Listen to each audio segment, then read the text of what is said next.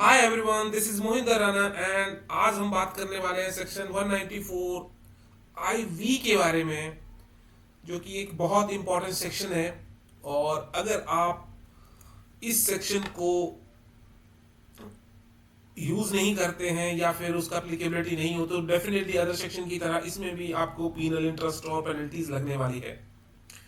इस वीडियो के अंदर हम लोग ये बात करेंगे कि एक तो इसमें अमेंडमेंट हुई है बजट 2024 में,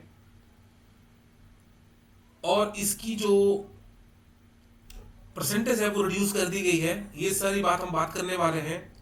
इसके बाद हम लोग ये भी बात करने वाले हैं कि ये सेक्शन होता क्या है, क्योंकि थोड़ा सा बताना तो जरूरी बनता ही है भाई। जिसको ये चीज़ नहीं पता है कहाँ एप्लीकेबल हो कहाँ नहीं होगा और कब इसको डिपॉजिट कराना, ये सारे के सारे जो कॉन्सेप्ट हैं, ये सारे सारे आपके डाउट्स हैं इस वीडियो के अंदर जो है क्लियर होने वाले हैं।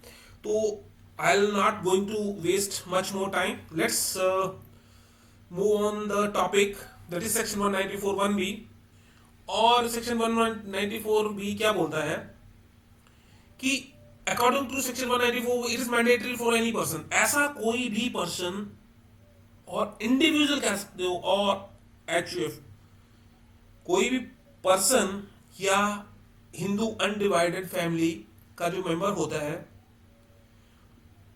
दूसरे केस में हम ये कह सकते हैं कि जिसकी बुक्स जो हैं वो ऑडिट नहीं होती हैं, या फिर प्रोफेशनल जिसकी 1 अप्रैल 2024 से जो प्रोफेशनल है, जिसकी टोटल सेल्स है, टोटल कलेक्शन जो है वो 75 लाख से कम है, तो उसमें ऑडिट नहीं होते हैं।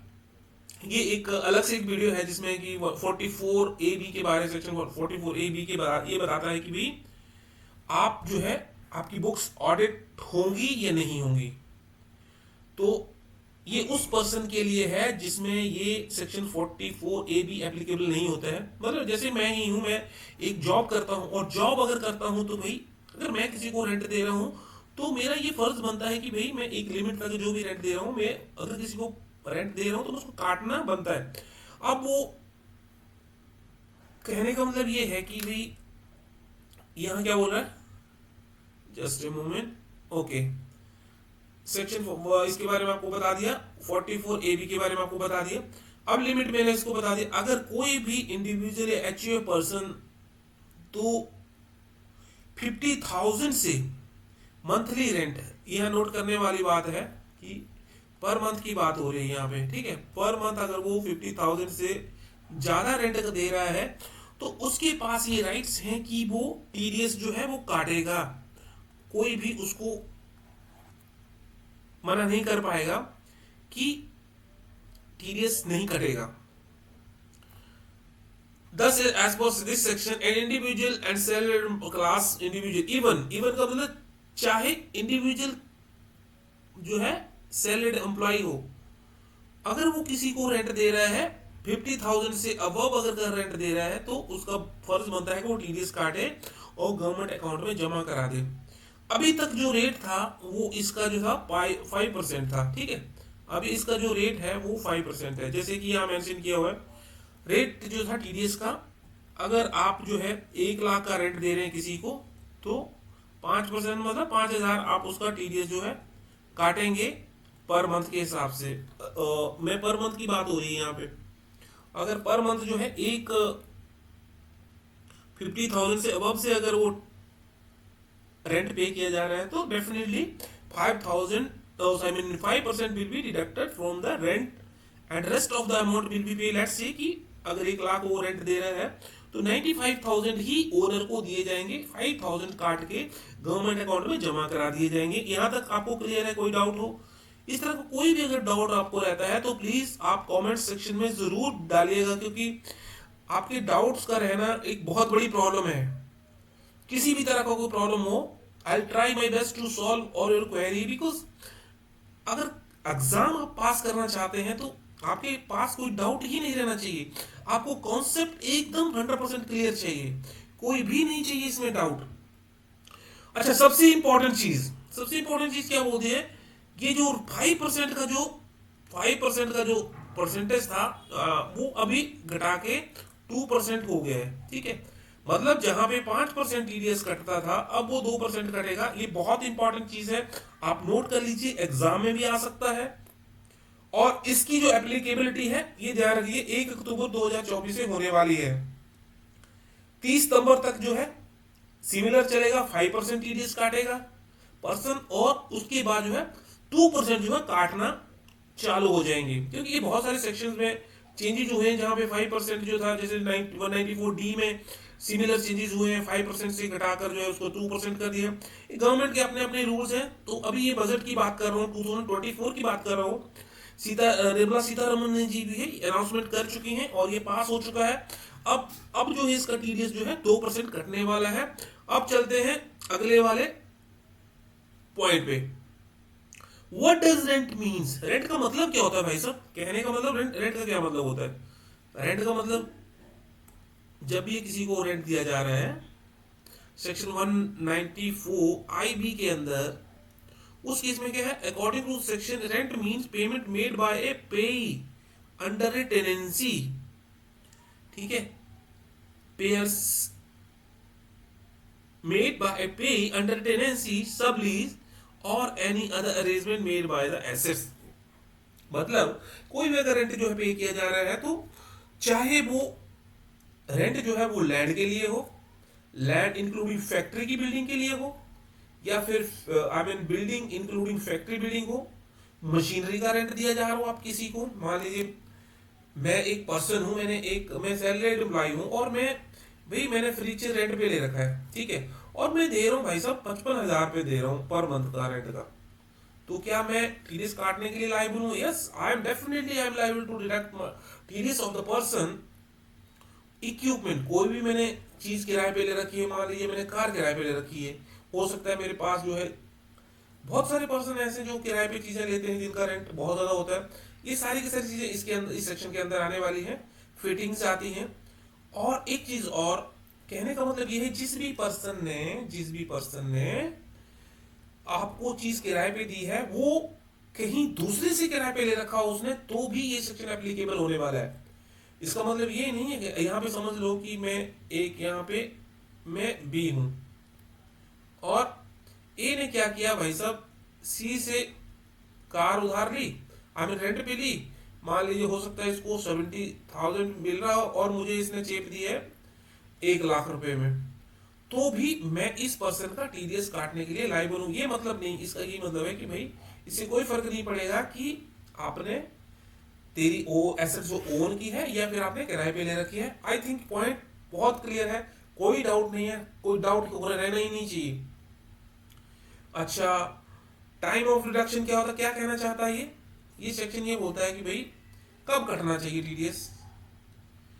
टीडीएस मस्ट बी डिडक्टेड, कब कटना चाहिए? बाय एन इंडिविजुअल के द्वारा अर्लियर ऑफ द फॉलोइंग, जो दोनों में सबसे पहले ये जो रूल्स है ये सब टीडीएस के सब सेक्शन में एप्लीकेबल होता है कि जब भी आप जो है क्रेडिट की एंट्री डालते हैं, मतलब आपने रेंट ड्यू की, मतलब आप जनरली लेमैन लैंग्वेज में अगर मैं बताऊं आपको, तो आप ये कह सकते हैं जब भी आप जनरल एंट्री डालते हैं कि भाई रेंट ड्यू हो गया है, तो उस केस से ही ये जो है टीडीएस जो है डिडक्ट, क्योंकि आपको पता है जब भी आप ये चीज डालते हैं, रेंट को आप क्या करते हैं, डेबिट करते हैं, टू क्या करते हैं, टीडीएस करते हैं, ठीक है, और टू करते हैं पार्टी का नाम होता है, मतलब पार्टी। तो उसमें जब भी आपने ये चीज एंट्री डाली है तभी ही आपने इस चीज की एंट्री डाल देनी है, और तभी से ये टीडीएस डिडक्ट हो जाएगा। अगर आपने मान लीजिए एंट्री डाली नहीं है और आपने पे कर दिया, तो उस केस में क्या करते हैं आप लोग, रेंट करते हैं, रेंट अकाउंट डेबिट टू मान लीजिए 2 लाख रुपए का, ठीक है, तो उसमें क्या करते हैं, बैंक अकाउंट।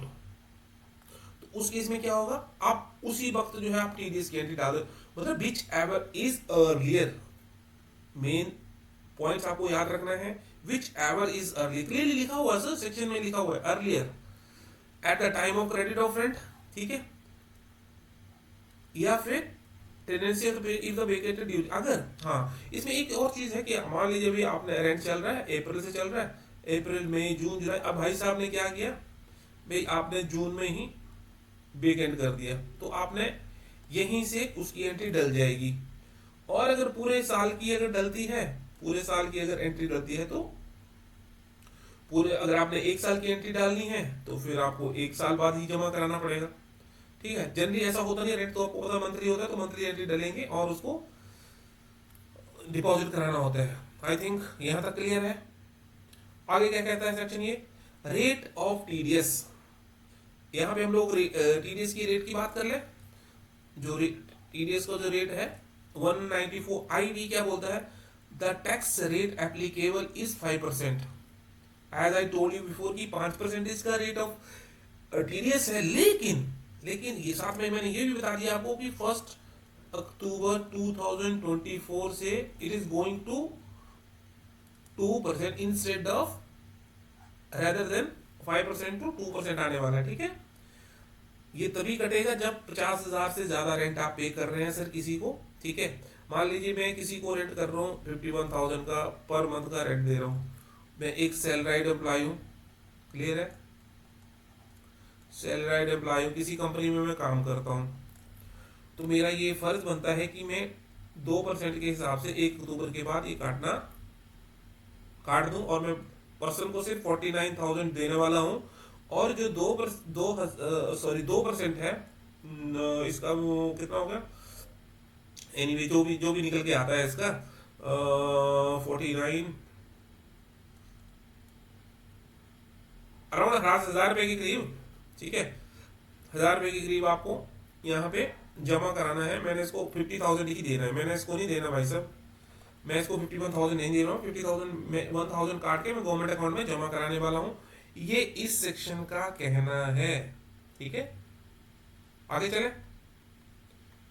क्योंकि आपके पॉइंट्स क्लियर होना बहुत जरूरी है, नहीं तो आप सर एग्जाम पास कैसे कर पाएंगे।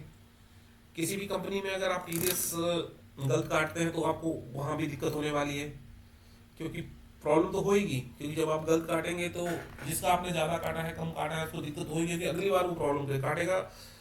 तो ये सब चीज़ें हैं, इंटरेस्ट एप्लीकेबल हो जाते हैं, जो ये सारी चीज़ें बताने वाली हैं। चलो इसको क्लियर करते हैं पहले। अब मोड ऑफ टीडीएस पेमेंट क्या कहना है, मतलब मोड ऑफ टीडीएस कैसे पे करना है। टेनेंट मस्ट डिडक्ट, टेनेंट को मतलब किराएदार को टैक्स काटना ही होगा। Pay the tax government once per financial year और tenant need to deduct on March on rent और लास्ट टेनेंसी पीरियड। ठीक है, आप तो फाइनेंशियल ईयर का डाला, फाइनेंशियल ईयर में एक बार में डाल दो एंट्री। ठीक है, और या फिर लेट्स से कि आपने पूरी एंट्री डाल दिया, आपने मान लीजिए 12 लाख का रेंट डाल दिया। ठीक है, 12 लाख आपने एंट्री डाल दिया, तो 12 लाख का टीडीएस जो है आपको अभी से ही क्रेडिट करवाना पड़ेगा वहां पे उनके गवर्नमेंट अकाउंट में, आपको जमा कराना पड़ेगा। ठीक है, अगर मंथली डालना है तो मंथली डालिए, कोई दिक्कत नहीं है। अब क्वेश्चन क्या है, एक चालान जो है 26 QC का जो है जनरेट होता है इसमें, और इसमें सारी की सारी डिटेल भरी जाती है। Further the tenant must provide, अगर आपने टैक्स काटा है भाई साहब तो आपने उसको फॉर्म 16C देना पड़ेगा, टीडीएस सर्टिफिकेट देना पड़ेगा to landlord proof of tax report की आपने टैक्स जो है जमा करा दिए। यहाँ तक क्लियर है। जो बाकी सारे सेक्शंस में होता है इसमें भी 194I के अंदर भी सेम चीज है कि आपको लैंडलॉर्ड को जो है टीडीएस सर्टिफिकेट देना पड़ेगा। अच्छा, इसकी ज्यादा इंपॉर्टेंट क्या चीज है इसके अंदर, इसके अंदर ये है कि आपको जनरली क्या होता है, टीडीएस कौन काटता है, जिसके पास जो है टैन होता है। ठीक है, अब कुछ सेक्शन ऐसे बनाए गए हैं गवर्नमेंट ने अपना कलेक्शन बढ़ाने के लिए, अपने रेवेन्यू बढ़ाने के लिए, कि भाई आपको टैन लेने की जरूरत नहीं है। जब आप हर बार थोड़ी दोगे, आप हो सकता है भाई इस बार आप 50,000 रुपये रेंट दे रहे हो, अगली बार मेरे को 45,000 को फ्लैट मिल जाएगा, तो मुझे 45,000 रुपये देने, तो मुझे ये सब देने की जरूरत नहीं है उस टाइम में। तो इस सेक्शन का कहना है कि भाई अगर आपके पास टैन नहीं है कोई दिक्कत नहीं है, आप पैन के थ्रू जो है ये टीडीएस जमा, क्योंकि इंडिविजुअल के पास जो है वो टैन थोड़ी होता है, टैन नहीं होता उसके पास। अगर वो ऑडिटेड ऑडिट नहीं होता है, माने उसकी बुक्स ऑडिटेड नहीं होती हैं, तो इस तरह की चीजें डीपली हैं। वो चीज़ पर मैं आपको मेनली चीज़ बता दूं कि आपका टीडीएस काटने के लिए यहाँ पे उसको आपको टैन होने की जरूरत नहीं है, आप पैन के बेस पे उसका टीडीएस काट सकते हैं और उसको गवर्नमेंट अकाउंट में जमा करा सकते हैं। क्लियर है यहाँ तक? ठीक है। अच्छा, पेनल्टी भाई साहब क्या कहना है, बहुत इंपॉर्टेंट चीज है। हम बहुत पेनल्टी के बारे में बात करने वाले हैं यहाँ पे। ठीक है, पेनल्टी, ये देखिए, पेनल्टी इन नॉन डिडक्शन, या तो आपने काटा ही नहीं, या काटा तो भाई साहब ने डेट कर दिया। In case of non deduction of taxes, आपने टैक्स काटा ही नहीं, द टेनेंट में हैव टू, उसको पेनल्टी लग सकती है, में हैव टू पे, पेनल्टी देनी पड़ सकती है, that is equal to the amount of, जितना भी टैक्स है उसके हिसाब से उसको पेनल्टी देनी पड़ सकती है उसके हिसाब से। आगे देखिए, on the other hand if the tax deposited to the government is delayed, कहने का मतलब ये है टैक्स तो आपने काट लिया पर्सन का, लेकिन आपने जमा नहीं कराया, penal interest 1% for delay in deducting. आपने मान लीजिए आपने कटना था भाई जून में काटना था, अब आप काट रहे हैं भाई साहब सितंबर में जाके, तो आपको जो है 3 महीने का 1% के हिसाब से इंटरेस्ट लगने वाला है। डिले के लिए की बात हो रही है यहाँ पे, ध्यान रखना, बहुत बहुत माइनर सी चीजें होंगी, एग्जाम में भी आपको माइनर सी चीजें आती हैं, और ये माइनर सी चीजें ही आपको बहुत बड़ी प्रॉब्लम क्रिएट करती हैं। 1.5% delay for depositing the tax. दूसरी चीज, दो चीजें डिफरेंट है। अब आपने क्या किया भाई साहब, सुनिए मेरी बात, अब आपने पहले वाला केस है, आपने काटा ही नहीं, नो डिडक्शन।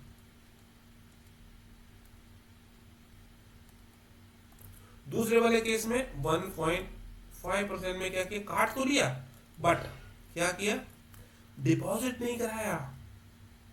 तो जितना भी सर डिपॉजिट का लेट होगा 1.5% के हिसाब से आपको जो है इंटरेस्ट देना पड़ेगा गवर्नमेंट को, ये ध्यान रखिए, मजाक नहीं है ये ऐसी चीजें, और देना पड़ेगा। गवर्नमेंट कभी छोड़ती नहीं है, और छोड़ती नहीं है तो फिर पूरे पुराने रिकवर कर लेती है, क्योंकि आजकल जो इंडिविजुअल आई मीन जो सॉफ्टवेयर है इस तरह से कैच करते हैं चीज़ों को, आपको उसको ज़्यादा हाइड नहीं कर पाएंगे आप।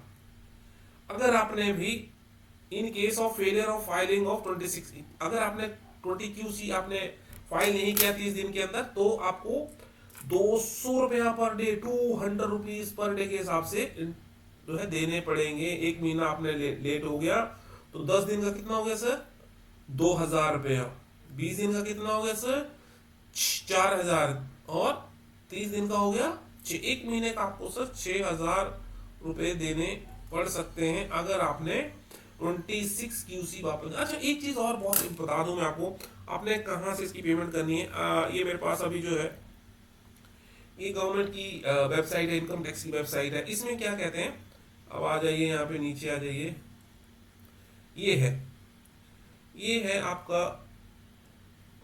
रुकिए,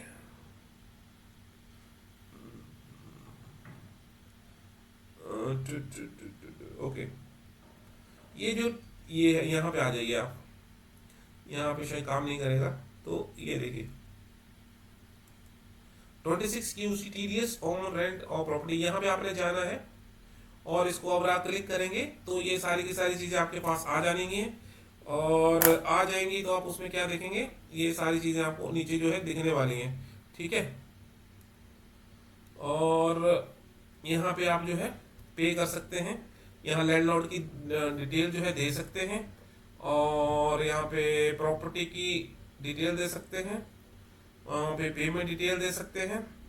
सारी की सारी चीज़ें जो है आपने इस तरह से फाइल करना है, पेमेंट करना है, और इसी तरह से सर चीज़ों को समझते रहिए, और कोई डाउट हो तो अपना कमेंट जरूर दीजिए, और अगर आप वीडियो लाइक करते हैं तो इसके लिए सब्सक्राइब करना ज़रूरी है, तभी तो आप जो है अपडेट हो पाएंगे। और thank you all, best of luck for your exam and knowledge to grow, because you will not be succeed until you give your full efforts, because in my view, in my opinion, there is no such shortcut of life. So चीज़ों को please आप समझिए, और इसी के साथ thank you so much, और मिलते हैं एक और वीडियो सेशन में। तब तक के लिए टेक केयर, बाय बाय।